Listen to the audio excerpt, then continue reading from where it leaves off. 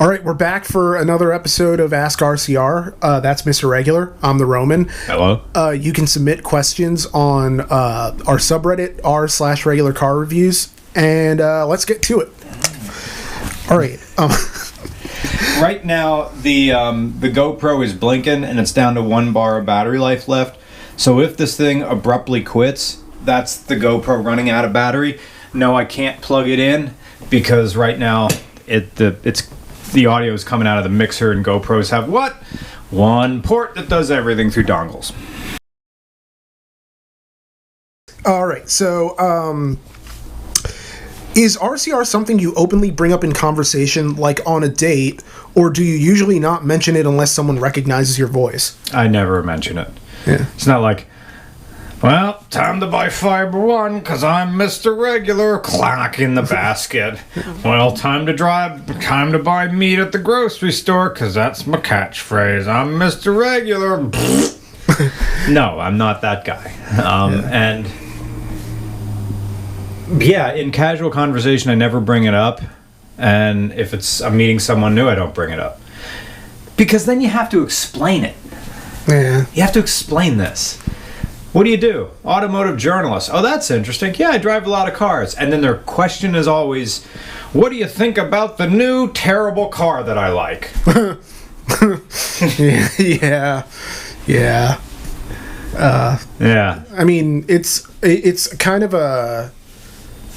It's weird, because you say automotive journalist, I just say YouTube, which I really shouldn't say if I don't want follow-up. How does that work? Yeah. Top 2 questions. How does that work? And you can actually make money doing that? Like, that type of thing? I've been doing it for almost 10 years now. 10-ish. Yeah. Wait, no. YouTube's existed for 10 years. The partner program existed, what, in 2008? Anyway. Yeah. But, yeah, it's not something I really mention in casual conversation or on any dates whatsoever, just because... Is it really going to go anywhere? The date, not the channel. I just mean but I don't know. It's defeatist, but still. Next question. What was the inspiration for the Mr. Regular voice? This guy I knew in college. He is a kid now. It's an exaggeration, a bit of his voice and a few other things. I remember. His biggest sexual fantasy was to fuck his girlfriend in the doorway. He's an amazing guy, and I miss him dearly. And that's where this voice came from. A little bit. I mean, there's other things, too. I mean, I really can't take... I mean, a gravelly voice is just kind of generic. I mean, most people can do this. I mean, maybe I do it better than most. And I found a way to do it that doesn't quite burn out my throat over the years, but I can't really do voices, but I do this very well. Yeah. Yep. 8-pack a day. Yep. How's that sound? Yeah. One thing I like about your videos is how in the Audi TT and Miata reviews, you say that it's okay to like feminine things. What do you think car culture can do to be more accepting of that, of feminine things, and of females in general? I mean, every now and again this comes up. How are we gonna market a car to women? Like, cars are genderless.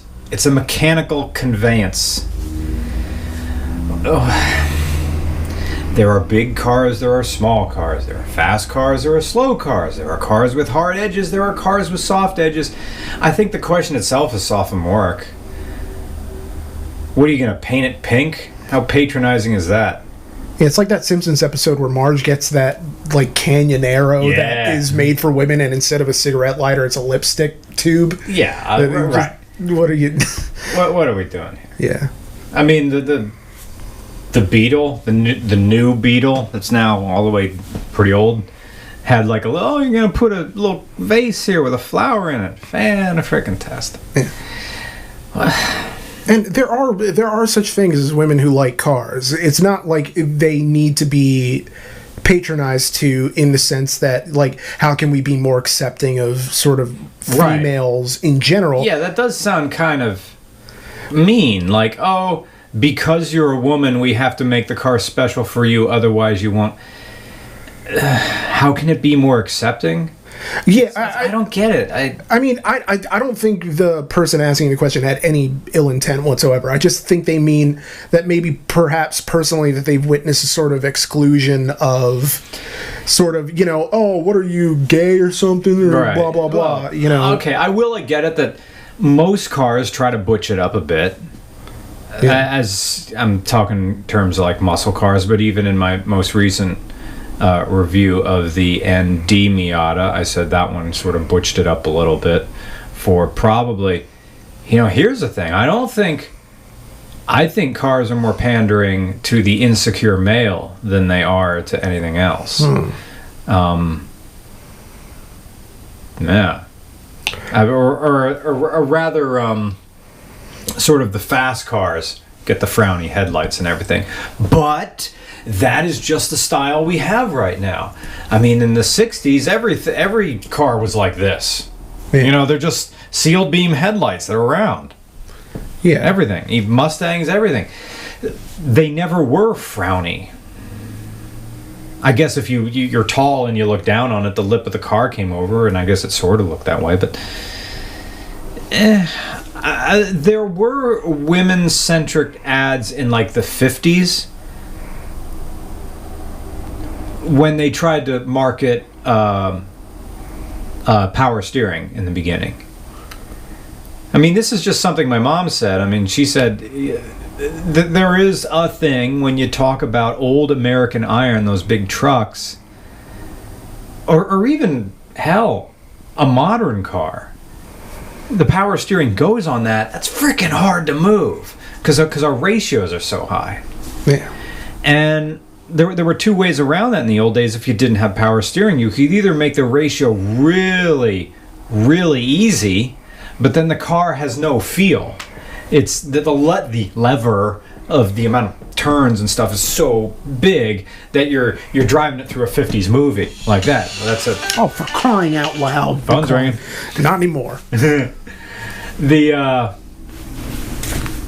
And then you had the more aggressive ones that you did have to have a little bit to be able to turn them. But now we're getting into just like physics and testosterone and chromosomes and stuff. And this is more of a Joe Rogan conversation when you're talking about muscle structure. Well, I think one car that I do think is kind of marketed to females in the way that it's presented is the Honda CR-V, where it's always a woman carrying those cloth grocery bags and then using the foot to lift the trunk with the sensor, thing. Yeah. And just putting everything in back and then, hyping all the safety features because they think, the privileging safety over everything else. I mean, it's hard to imagine that. I don't know. Like, I have female friends who are into cars. You have Steph Schrader, as a friend, and I have, my friend Kat, goes to like every car show in the Richmond area, and so it's this weird thing of it's tough to kind of imagine that cars are a thing that women can't be into and that they need to be targeted specifically to be into them. And marketing people are having this conversation. Yeah. And most of the things that I see is not really a gender thing so much as it is a parental thing. The subtext of safety means not just safety for you, but safety for the kid who's on the way. Yeah. I mean, when we were at the auto show, the Dodge Caravan exhibit had a ball pit. Yeah. Had a little playhouse, like a Sesame Place. The Sesame Place I don't think exists anymore, but just those tubes you crawl through, and then they exit through half of a minivan. Yeah, that was in Jacob Javits North, actually, right by the Fiat and the Fiat 124. I mean, my mom said straight up that she bought an SLK 230 compressor because it's a ladies' car. And she wanted something like that, which really came down to she really didn't feel like she was looking pretty hard at a 1968 MGB, because that's something that she had when she was young. But she's thinking about that no power steering, those carburetors at Lucas Electric, and she's like, nope. MG's an interesting car. That one is almost gender neutral. That's an interesting thing, apart from the fact that it's small. See, we could go on for ages about this, and we got battery life to worry about. Yeah. So, next question. Kind of a weird question, but what do you think of the paradox of self-driving cars? Now, this is... If there is an inevitable fatal accident and the only escape route is to plow a group of kids, does the car kill you or the kids? I mean, like, wouldn't it just stop? The car itself, wouldn't it... Would it just stop? I mean, and then cause a bunch of physical damage? Yeah. But what if it's a huge tanker truck coming up behind? Fine.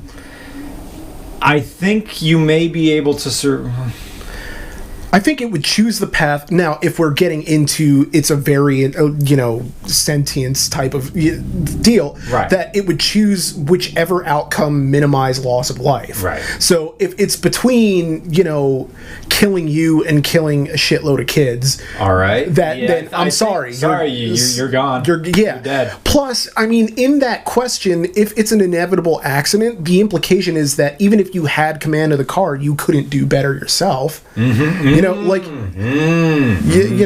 gonna throw the car under the bus, but just for not being, you would have the same impossible choice, basically. Right. Next question. All right. What car is best car for a West Coast road trip in August? And this is where they're going. From LA to Vegas, Monument Valley, Death Valley, Sequoia Park, San Francisco, Route 1, back to LA in 13 days. Cadillac CTSV. Yeah. All right. You want a engine that can rev low, and you want the best air conditioner money can buy. And really, GM knows how to make a good chill box. And you want something that's comfortable and can maintain log speeds at high, Cadillac CTSV. Nice.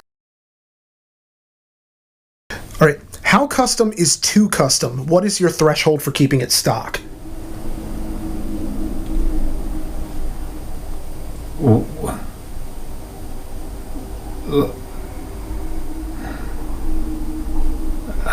Bozuku, that's a bit too custom for me, but the Falcon is hardly a Falcon anymore. Like a Vagabond Falcon, that's hardly a Falcon. It's more a 93 Fox body than it is a 60 Ford Falcon. I mean, that's super customized.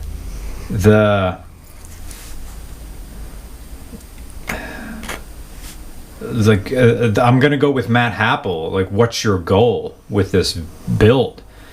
Do you want to be that guy at a car show who just glues a whole bunch of crap to his car and goes to Advance Auto and buys the gold sprayed paint and starts spray painting like intake your intake gold and spray painting your brake calipers gold? It's all down to taste. I mean, I don't know if I can think of something more custom than anything Jonathan Ward does. The Icon Broncos and stuff.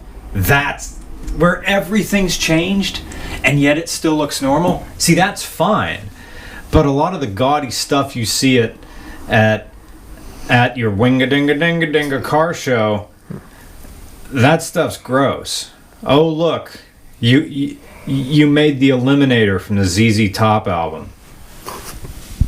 Slow clap. Yeah. I'll bet you're going to go to Red Robin later and order and say to the waitress, I'd like a burger with all the fixins. And then you whistle cheeseburger in paradise. And your wife, her face descends into her chins as she thinks about the grandkids and which one she's gonna give the good present to. And then when you lay her down for sex later, you see the interstate highway that's left from the strain of her elastic band on the underwear. And you go back out to your garage and you wipe down your Kreger wheels with the pair of underwear that is now a rag. Next question. How do you deal with self-doubt in your ability to write? I'm a first-year English major, and I'm starting to wonder if I'm actually cut out to write, or if I'm just chasing a silly fantasy. I'm also having trouble deciding on a career to pursue with a degree in English. I'm tossing around ideas of secondary ed or writing of some kind, and I just don't know where to go from here. Bowl through a china shop when you write. That's Dr. Vogel's method, and it works for me. When you're writing, the first draft is always shit, so don't worry about it. Yeah. Just, right. And there'll be some nuggets in there. And then sleep on it, and then the next day you'll reread it again, and you'll find out how to make it better. Like, people freak out if they look at a page, and they don't know what to write. I mean, you go open that closet over there, you're gonna find like 8 stacks of notebooks filled end to end of just stuff. Yeah. Right. How do you hike the Appalachian Trail? You walk. And there is no mindset. You just start the freaking pen moving. I mean, if you look at my apartment, there's 2 clipboards over there. I think there's another one in there. I'm looking right now. I see how many notebooks? 1, 2, 3, 4, 5, 6. Yours is 7, and there's at least 8 in there. So you just do it. Okay. As far as career paths for English majors, oh boy. I mean, I consider myself very lucky that we're able to do this. Yeah, you could. I had a friend, English major, went to law school out of college, became a lawyer. Another one went into public relations, got their master's in public relations. The good thing about writing, no one asks you to see your degree, so pick a different major and just write on the side. Or, like, if you really want to write, the only time I was asked for my degree was when I went into professional fields for teaching. That's the only time anybody asked me to see, and really even that, they don't ask you to see your diploma. No one asks to see your diploma. They ask for your transcripts. It's always that. Yeah. So, and as far as getting jobs, I really think you can write anything you want there. Can you do the work already? So, there was this one time a few years ago we were at, I wasn't there, but I heard it from either Patrick George or Raf Orlov or somebody who was with JF Musial. And somebody comes up to JF Musial, executive producer of Drive, Tangent Vector, I think, and some other programs. Someone comes up to JF and says, I'd like to be a writer for automotive content. What can I do? And JF goes, he had a pen, like it was a magic wand, and said, poof, you're an automotive journalist. Go write me something right now. And the kid was like, yeah, no, seriously, just go. Just do it. Yeah. He probably didn't do this, but he was probably much more nicer. It's great. Just go write me something that you like. And as far as advice, based on my experience, I think you should pursue a career that's going to be guaranteed cash and write on the side. Pursue your hobbies, or pursue something that will fund your hobbies. Yeah. I mean, it's a quote from Lee Iacocca's dad. It would be the standard spiel that he'd give to... basically, there was this one time where they go to a restaurant. This is in his autobiography, that they go to a restaurant and they have a really surly waitress, and so his dad gives the waitress the speech of, hey, why do you look like you don't want to be here? You should either pursue something you want to do or be the best that you can be at your given profession. Otherwise, there's no point. And that to just do it. don't think about it, just do, and by the same token of a lot of people, and I think even I've said this before, that the key to writing is reading a lot of good work, but I think more important than the key to writing is writing. And so, I have notebooks filled of stuff that never got used in any of this. Stuff gets cut all the time. It's the whole kill your darlings philosophy. And, people think that the first draft is the one that gets used, that it has to be good the first time or you're not a good writer. And that's never the case. No. You just have to barrel through it, and, eventually it's just trial and error. The more you write, the better you'll get at writing. It's a muscle type thing. Yeah. I want to get into lifting weights. How do I? They're right there. See how they're down there? Move them up there. Yeah. Well, and as far as the career path thing goes, teaching is not, like, if you're kind of wavering and saying, well, I could do teaching or I could do some writing, like, don't do teaching. I mean, because you're not going to get paid a great amount, and if you're in Pennsylvania, you got to jump through a whole bunch of hoops. And secondary ed, I mean, some of the kids are just such assholes. You have to be a kind of special person to be able to put up with that. Right. So yeah. Maybe I was that special person. Of course, I pursued teaching because it was a guaranteed profession, but what I really enjoyed was talking and explaining and showing. What I didn't enjoy was the 6:30 a.m. wake-up time, and I was very confused by students who didn't care about the material. That was baffling to me. But then you're wearing a lot of different hats as a teacher. You're also a therapist. You have to intervene, and you have to absorb a lot of the turmoil that's going on in some of these poor kids, because home life isn't that great, and sometimes you have to be that positive male role model for them. And then there's the politics of the school, which everybody carefully avoids talking about during college. Some of these teachers hate each other, and some of them actively try to sabotage each other's careers. I think, based on only the 4 or 5 schools I've worked in or worked with, is that it's not so much a symptom of teaching as much as it's a symptom of the educational process required for teachers. It's the sunk cost fallacy. They've spent 4 or 5 years of their life, and they're so deep in debt that they're 5-6 years in and are already counting the days to retirement as if that's a goal.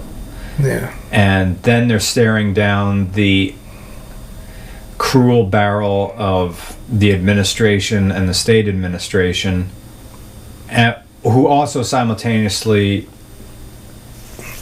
present the school board as a goal. Well, maybe you can be part of the school board and you won't have to do this anymore. Yeah. Now, this is all bureaucratic stuff, and they're trying to find how we're going to fix education, and right now their best approach is try to litigate learning, and that's where you get No Child Left Behind. Right. Anyway, but that's kind of a downer, and that's getting away from cars. If you really want to teach, you'll teach. Yeah. If you're lukewarm about it, the good thing about it in Pennsylvania is that you can substitute teach, and you don't have to have a teaching degree. They have the Pennsylvania Guest Teacher Program. Give that a try. At the very least, you'll make about $75 a day. And if you don't like it, you don't have to do it. You can get in a school without having to go through all the things. That's a soapbox of another day, when I talk about how they cheer you up through the first 3 years of becoming a teacher, and then you find out what it's really like. It's the whole deal of what the recruiter says the armed forces is going to be like, as opposed to what it is when you get there. Or dating a girl and then living with her. Exactly. Let's see. This is the last one. Have your parents or family members ever seen one of your videos? If so, what was their reaction? This is my dad's reaction. Well, it's good you're doing something you like. That's kind of their well, you found something you like doing, and that's important. Yeah. You can tell there's a little bit of disappointment. I wasn't the teacher they wanted to be. Certainly my dad wanted me to be a pilot, and no. But that's growing up, man. You got to do what you're really good at. I'm not saying turn your ambitions into drugs. Because we all have that one kid or that one friend who just blatantly does, like, I knew this one guy in college and I met his parents, and he would just smoke pot in front of his parents. And they would, like, they paid for everything, and there's like that, well, I've just got to be, he probably said, like, I just got to be me or something. So did they pay for the weed too? Right? Well, I mean, if they were giving them money, they did. Yeah, so, they did. Yeah. Anyway. No, I mean, my family, my brother watches the show. My sister doesn't, but she knows what I do, and I don't know, she finds it amusing. My mom kind of finds it weirdly amusing in that she likes certain tangents. Like, maybe she doesn't love the toilet humor side of it, but, you know, if we talk about teaching type things, or there was this one joke about school getting canceled due to snow. Yeah. And, you know, you did the whole principal over the PA system, due to inclement weather. she loved that. The same with the Oliver Twist thing of, you know, please, so I'm gonna have to and yeah, it's just little things that she likes. I remember playing her the one Smoking Tire podcast, and she thought that was funny. Oh, all right. Yeah. No, because that was just one of those things of, hey, because it's the novelty of her son being on a podcast. Oh, like, it's weird.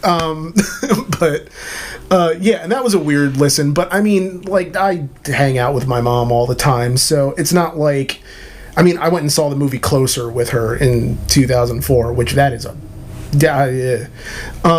good movie. But I mean, it's just, you know, why would you go see that with your mom? But yeah, I mean, they're just glad that I'm happy that I'm doing something that that I'm getting to be creative, and really that I'm just doing something that I really love doing. Mm-hmm. I mean, I think it's kind of surreal to me in the sense that, like, I'm doing this at all, but it's just that I think initially I expected a kind of weirder reaction. Yeah. That it would be kind of this weirdly vehement thing of, like, do you really want people to, you know, hear you, see you, know that you do this? But it ended up not being that. It ended up just being, you know, they just, because I think, like, deep down, your family just wants you to be happy. And that's the other thing of, when you have kids, you have to be able to accept that at some point they're not going to do what you expect them to. Mm-hmm. So, like, my mom probably expected me to go to law school or something, or go into teaching. But, I mean, it's not like she's holding on to any sort of animus that I'm not doing that, you know, which is great. Because at the end of the day, I thought she would really be invested in seeing me do these very specific things, and that was a misconception that I had, that ultimately, you know.